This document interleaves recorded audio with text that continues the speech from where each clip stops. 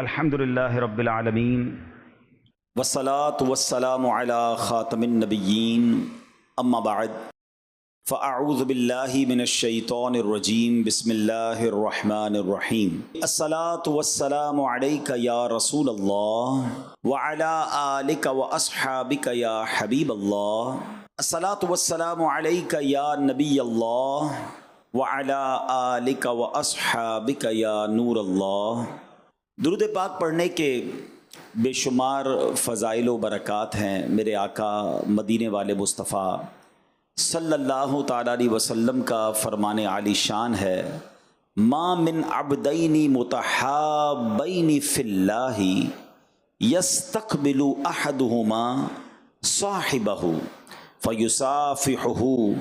آقا فرماتے ہیں کہ اللہ پاک کی خاطر آپس میں محبت رکھنے والے جب آپس میں ملیں اور مصافحہ کریں، ہاتھ ملائیں، وَيُصَلِّيَانِ عَلَى النَّبِيِّ صلی اللہ علیہ وسلم، اور پھر نبی پاک علیہ الصلوۃ والسلام پر درود بھیجیں، إِلَّا لَمْ يَفْتَرِقَا حَتَّى تُغْفَرَ ذُنُوبُهُمَا مَا تَقَدَّمَ مِنْهُمَا وَمَا تَأَخَّرَ۔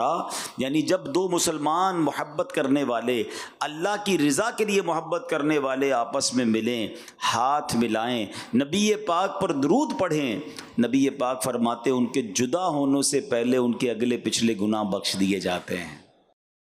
کیا خوبصورت ہمارا مذہب ہے، کیا پیارا انداز ملاقات کا ہے۔ آج کل سلام کی عادت بھی ختم ہوتی جا رہی ہے، مصافحہ کی عادت بھی ختم ہوتی جا رہی ہے۔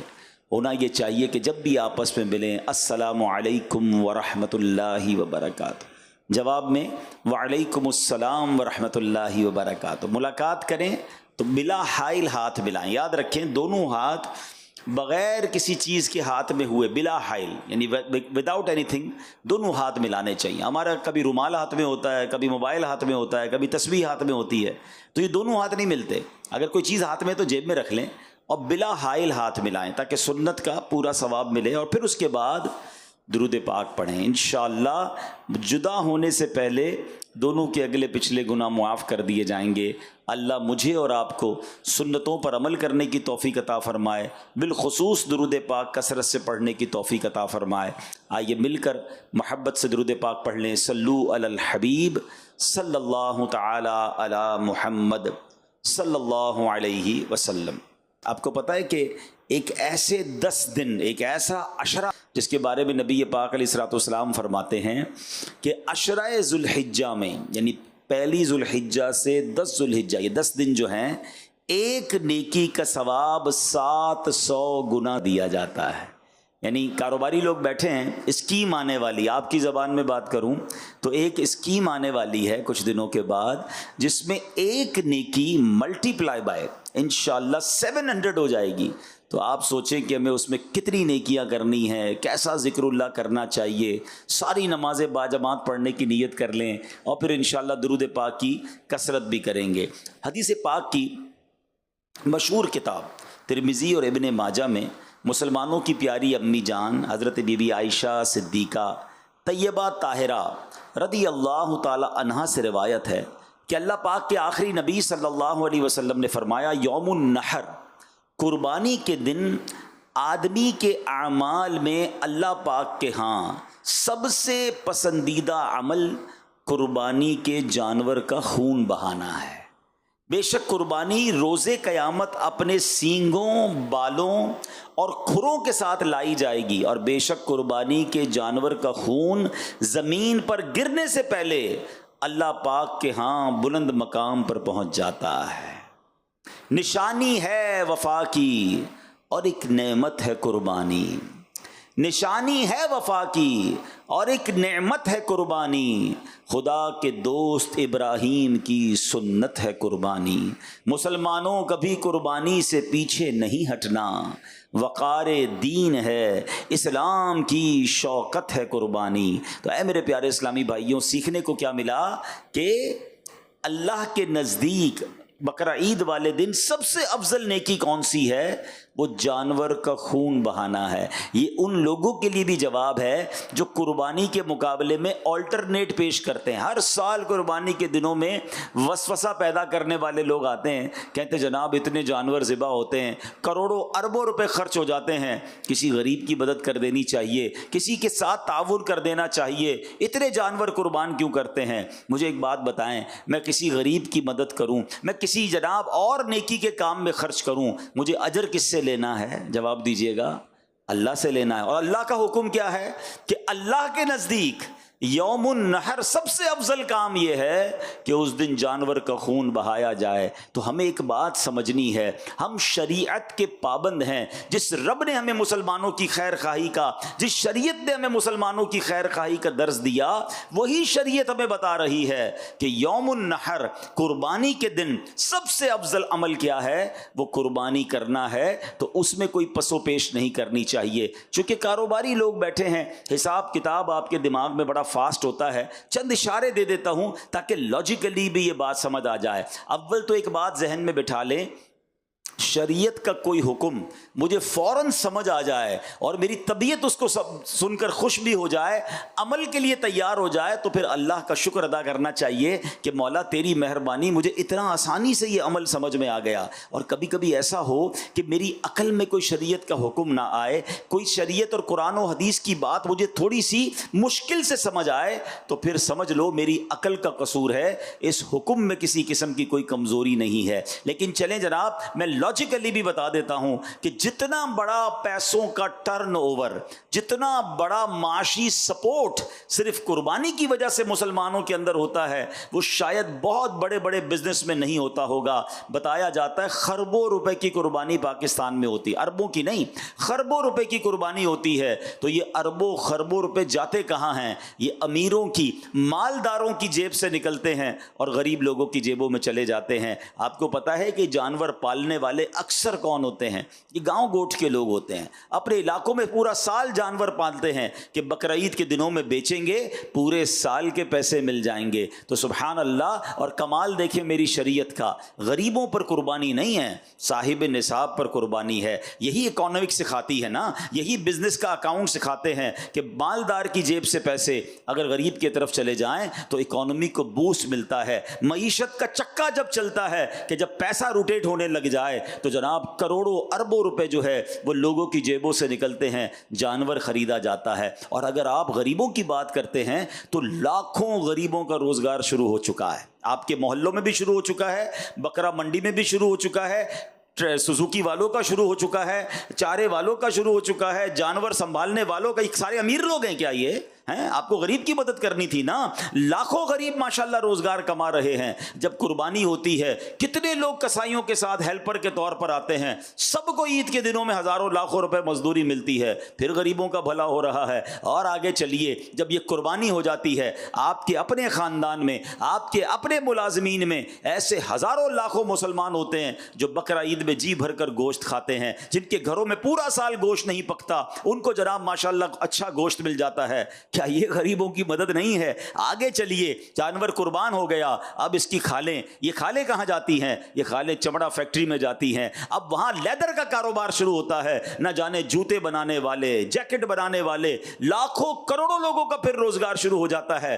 نہ جانے لوگوں کو کیوں سمجھ نہیں آتا کہ سبحان اللہ، شریعت کے ایک حکم پر عمل کرنے کے لیے ہماری معیشت کو بھی بوسٹ ملتا ہے، ہمارے کاروبار کو بھی عروج ملتا ہے، اور سبحان اللہ کروڑوں غریبوں کی مدد بھی ہو جاتی ہے۔ لیکن ہم نے یہاں پر اگر یہ بات کوئی سمجھانے والا نہ ہوتا یا ہمیں لاجک پتہ بھی نہ ہوتی، پھر بھی ہمارا کام لبیک کہنا ہے کہ اگر رب کا حکم ہے، شریعت کا حکم ہے، تو جناب اب قربانی ہی کرنی ہے، اس کا کوئی اور آلٹرنیٹ نہیں ہو سکتا۔ اور آپ نے آج حدیث بھی سن لی کہ اللہ کے نزدیک یوم النحر یعنی قربانی والے دن سب سے افضل اگر کوئی عمل ہے تو وہ جانور کا خون بہانا ہے۔ اور سبحان اللہ، یہ جانور تو قیامت کے دن اپنے بالوں کے ساتھ، اپنے کھروں کے ساتھ، اپنے سینگوں کے ساتھ یہ پورا جانور قیامت کے دن لایا جائے گا۔ تو اب یہاں یہ بھی غور کر لینا چاہیے کہ اللہ نے جیسا مال دیا ہے نا، پھر ویسا جانور قربان کریں تاکہ اس کی بارگاہ میں وہ اس طریقے کا جانور ہمارے سامنے آئے۔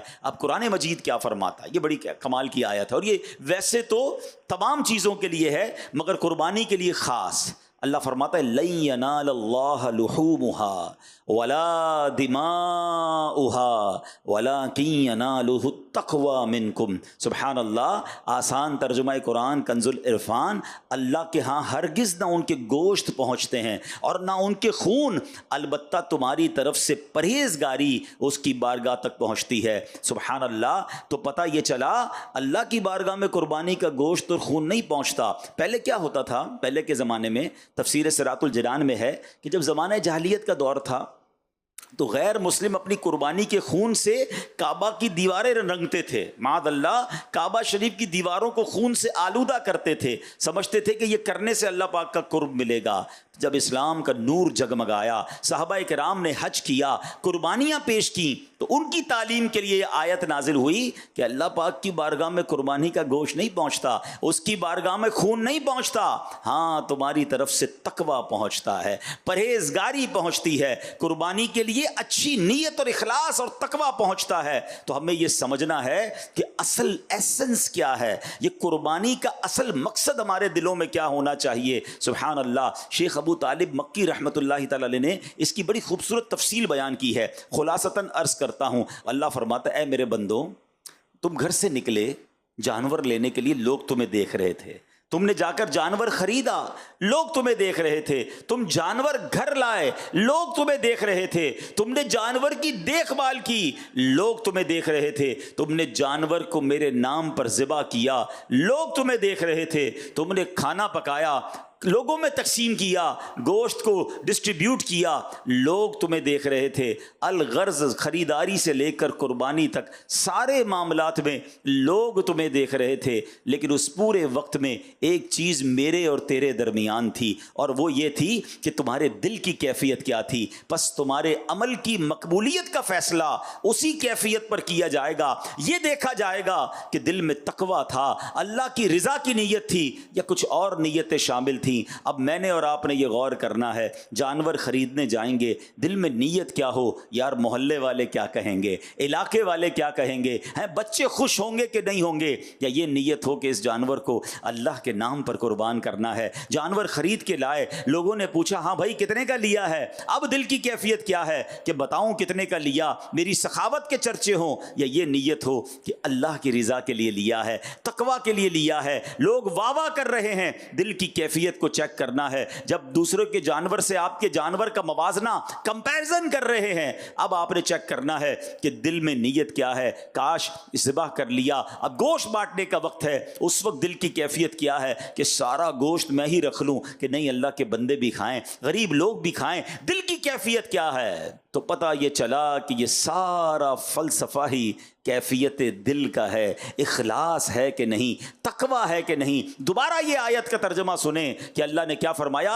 اللہ کے ہاں ہرگز نہ ان کے گوشت پہنچتے ہیں نہ ان کے خون، البتہ تمہاری طرف سے پرہیزگاری اس کی بارگاہ تک پہنچتی ہے۔ تو یہ بات ہمیں سمجھنی ہے۔ ایک اور حدیث پاک سے قربانی کے دن، قربانی کا جانور قربان کرتے وقت دل کی کیفیت میں ایک اور اضافہ کرنا ہے۔ اللہ کے حبیب علیہ الصلوۃ والسلام فرماتے ہیں قربانی کا خون زمین پر گرنے سے پہلے اللہ پاک کے ہاں قبول ہو جاتا ہے۔ فرمایا فطیبوا بہا نفسن، پس خوش دلی کے ساتھ قربانی کیا کرو۔ یہ دس از دا کنڈیشن۔ پہلی کنڈیشن کیا تھی؟ تقویٰ ہوگا، اللہ کی بارگاہ میں کیا پہنچے گا؟ تقویٰ۔ اور اب آپ چاہتے قربانی مقبول ہو جائے، قطرہ پہلا گرنے سے پہلے ہی مقبول ہو جائے، تو وہ کیا ہے؟ خوش دلی۔ اب کچھ لوگ کیا کرتے ہیں، ارے بھائی پھر قربانی کے دن آ گئے، پھر پیسے خرچ کرنے پڑیں گے، ہیں اتنے مال تو ہے کہ قربانی معاف نہیں ہے، خاندان والوں کو بھی تو دکھانا ہے، قربانی پچھلی بار 4 بکرے لایا تھا، اس بار 3 لاؤں گا، پھر بھی لوگ باتیں بنائیں گے، جانور تگڑا لایا تھا، اس بار بھی اس سے اچھا لانا پڑے گا۔ یعنی اب یہاں پر بوجھ سمجھ کر قربانی کی جا رہی ہے، فارمیلٹی کے لیے قربانی کی جا رہی ہے، نہیں، خوش دلی کے ساتھ. اے اللہ تیری مہربانی تو نے اس قابل بنایا ہے, تیرا کرم کہ تو نے اس قابل بنایا, پھر مجھے ثواب کمانے کا موقع دیا. روایتوں میں آتا ہے کہ قربانی کے جانور کے ہر بال کے بدلے میں قربانی کرنے والے کو ایک نیکی ملتی ہے. کتنے بال ہوتے بکرے کے اوپر, بکری کے اوپر یا گائے کے اوپر؟ لاکھوں لاکھ نیکیاں. یا اللہ تو نے مجھے کمانے کا موقع دیا. سبحان اللہ. قربانی ہوتے ہی قربانی کرنے والے کے گناہ معاف ہو جاتے ہیں. بندہ یہ بھی سجدہ شکر ادا کرے کہ اللہ تیری مہربانی, جانور ذبح کرنے کا حکم دیا, حضرت ابراہیم کو تو بیٹا ذبح کرنے کا حکم دیا تھا. اے اللہ تو نے کتنی آسانی کر دی کہ ہم جانور قربان کر رہے ہیں, اس کا گوشت بھی خود کھا رہے ہیں, اور ہماری قربانی بھی قبول ہو رہی ہے, ہمیں اجر بھی مل رہا ہے. ان جذبات کے ساتھ قربانی ہونی چاہیے. اور میں آپ کو ایک اور بات بتاؤں, یہ صرف قربانی میں نہیں, وین ایور, کبھی بھی زندگی میں آپ کوئی بھی نیکی کریں نا, دل میں خوشی ہونی چاہیے. نماز پڑھ رہے ہیں, بڑا مزہ ہے. روزہ آ گیا, رمضان آ گئے, انجوائے کریں. زکوٰۃ کا ٹائم آ گیا, سجدہ شکر ادا کریں. اے اللہ تیری مہربانی, زکوٰۃ دینے والا بنایا, مانگنے والا نہیں بنایا. مگر ادھر ایسے بھی لوگ ہوتے ہیں, رمضان آئے تو ٹینشن, ارے باپ رے باپ پھر روزے رکھنے پڑیں گے. ایک سال گزر گیا, ارے باپ رے باپ پھر زکوٰۃ دینی پڑے گی, اللہ اکبر, پھر جناب لمبی لمبی تراویحاں پڑھنی پڑیں گی. ارے توبہ کرو, اللہ نے پیر سلامت دیے ہیں جبھی تو تراویح پڑھو گے نا. اللہ نے مال دیا جبھی تو زکوٰۃ دو گے, اللہ نے مال دیا جبھی تو حج کو جا رہے ہو. ارے عبادتوں میں تو انجوائے کیا کرو. اور جو عبادت خوش دلی کے ساتھ ہوتی ہے نا, اس کا اجر, اس کا ثواب, اس کی برکت ہی کچھ اور ہوتی ہے ہمیشہ. اب اس قربانی میں بھی آپ نے بہترین جانور کرنا ہے, مگر اچھی نیت کے ساتھ اور خوش دلی کے ساتھ کرنا ہے. اللہ اکبر. اب سنو نا, خوش دلی کس کو کہتے ہیں؟ اللہ حضرت ابراہیم اور حضرت اسماعیل کی اس قربانی کا کوئی ذرہ نصیب فرما دے.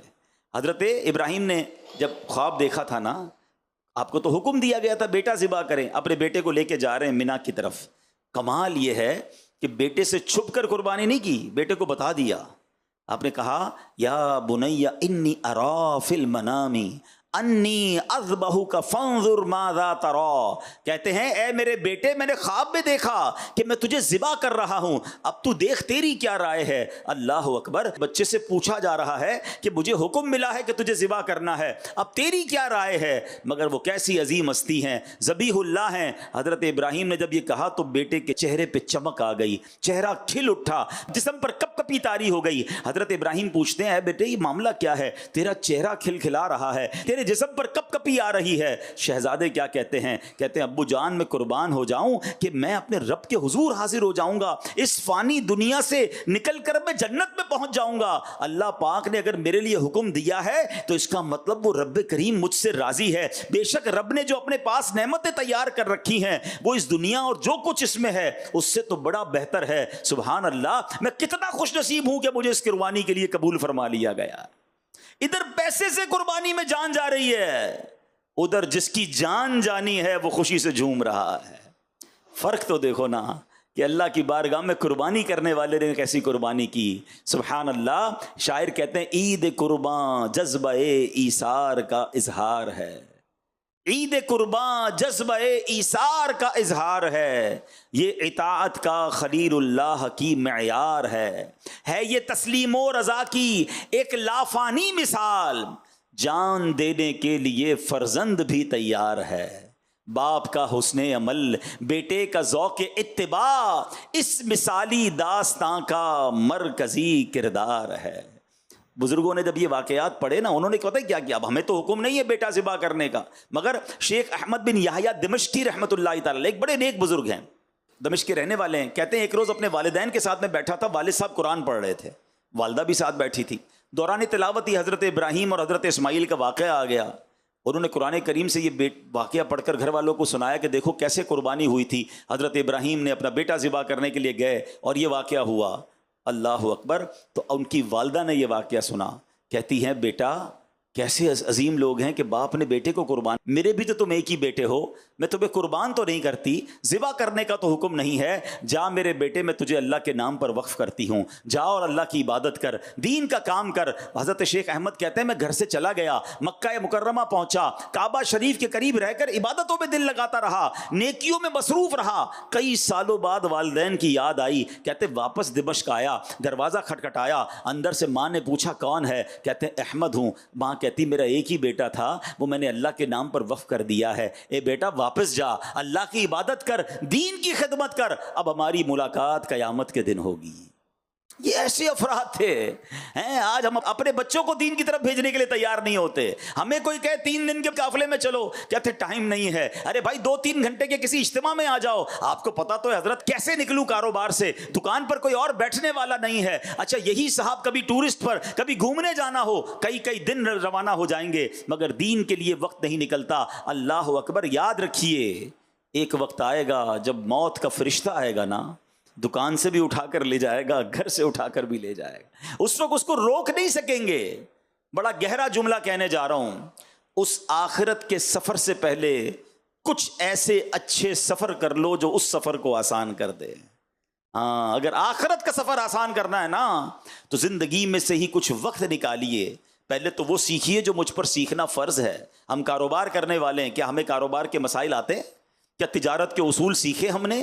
ہم میں سے کچھ جاب کرنے والے ہوں گے, کیا آپ نے اجارے کے مسائل سیکھے؟ جس کو جاب پر کسی کو رکھنا ہے, اجیر رکھنا ہے, اس کو بھی شرعی حکم سیکھنا ضروری ہے. بہت ساری بیسکس ہیں جو ہمیں نہیں آتی. ہمیں اپنی کاروبار کے سارے طریقے معلوم ہوتے ہیں, مارکیٹ کی ساری ہمیں جناب لین دین کا طریقہ آتا ہے, مگر میری شریعت نے جو مجھ پر سیکھنا لازم کیا, بڑے بڑے لوگوں کو نماز پڑھنا, وضو کرنا, غسل, نماز جنازہ, کپڑے پاک کرنے کا طریقہ, بیسکس وہ نہیں آتے.